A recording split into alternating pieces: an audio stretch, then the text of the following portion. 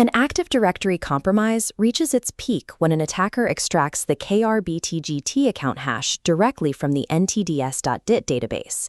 The KRBTGT account is the domain's central Kerberos service account. Its password hash acts as the foundational cryptographic key that signs and encrypts every authentication ticket across the entire network.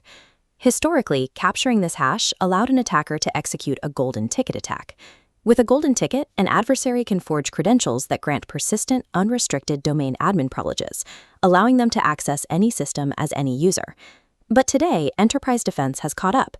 Golden tickets leave a highly distinct, noisy footprint on the network. Modern XDR platforms and identity protection tools are specifically calibrated to hunt for the network anomalies these forged tickets create. To maintain stealthy access without triggering alarms, adversaries have moved past simple forgery to bypass these defensive heuristics. The result is the diamond ticket attack. Instead of forging a credential from scratch, this technique operates on a philosophy of parasitic modification. A diamond ticket manipulates legitimate Kerberos traffic, hijacking a normal authentication request and weaponizing it from the inside out. Because defensive engineering can now detect the network anomalies of a forgery, attackers must simulate exact procedural authenticity to maintain their persistence inside the domain. To see how this manipulation works, look at the standard Kerberos authentication flow between a user and the Key Distribution Center, or KDC.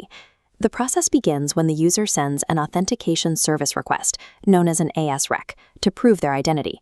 If the credentials are valid, the KDC replies with an authentication service reply, or ASREP, which delivers a ticket-granting ticket, the TGT. The TGT is a nested data structure containing several specific components used to verify the user's identity.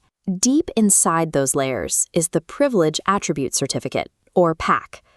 The PAC acts as the user's digital passport. It contains all of their authorization data, including their specific group memberships and network privileges.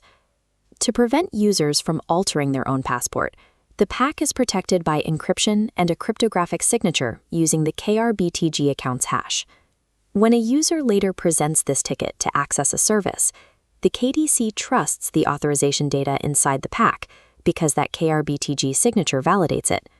Therefore, if an attacker captures the KRBTG key, the KDC's trust mechanism is compromised and can be weaponized against the network.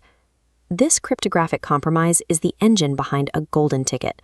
It allows an attacker to forge a TGT completely from scratch, entirely offline. Threat actors typically utilize post-exploitation frameworks, like Mimikatz, to generate these fabricated tickets. Look at this split timeline comparing normal Kerberos traffic to a golden ticket attack. During deployment, the attacker takes their offline forged TGT and injects it directly into a ticket-granting service request, or TGS rec.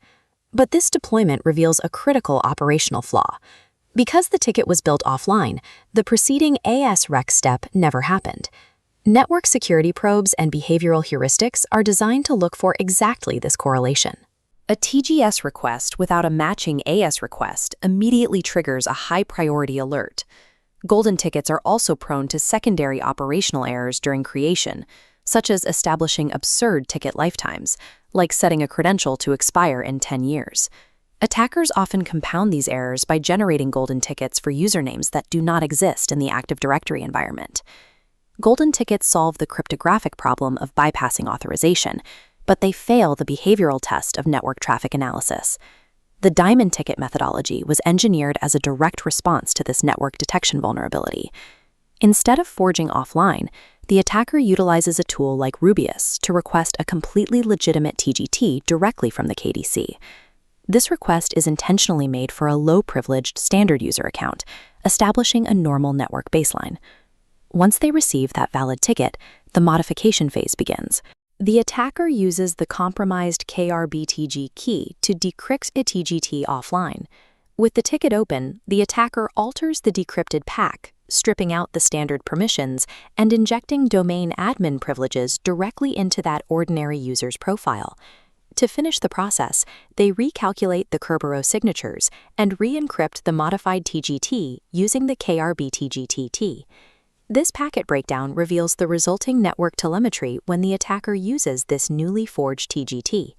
The sequence shows a standard ASEQ followed by the TGSEQ, and the enclosed authorization data matches legitimate traffic patterns perfectly.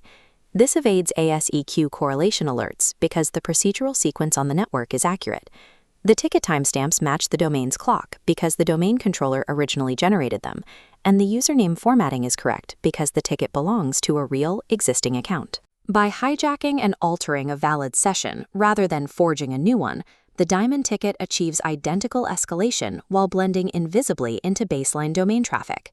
This methodology also addresses a limitation introduced by the Kerberos security patches rolled out in November 2021. Following those patches, domain controllers reject tickets that utilize non-existent usernames. The diamond ticket naturally circumvents this requirement by utilizing a valid existing user account right from the initial request. Because both the underlying cryptography and the network sequence appear valid, standard EDR is insufficient for catching these advanced forgeries.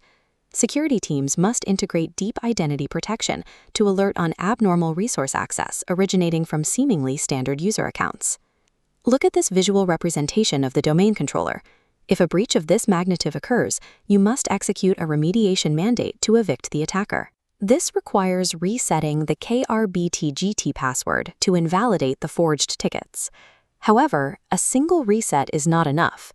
You must execute a double password reset for the KRBTGT account. That second reset is mandatory to fully purge the previous hash history from the KDC's memory, ensuring the old cryptographic keys cannot be used again. As attackers blur the line between forgery and legitimate authentication, defensive engineering must shift from searching for bad cryptography to identifying impossible user behavior.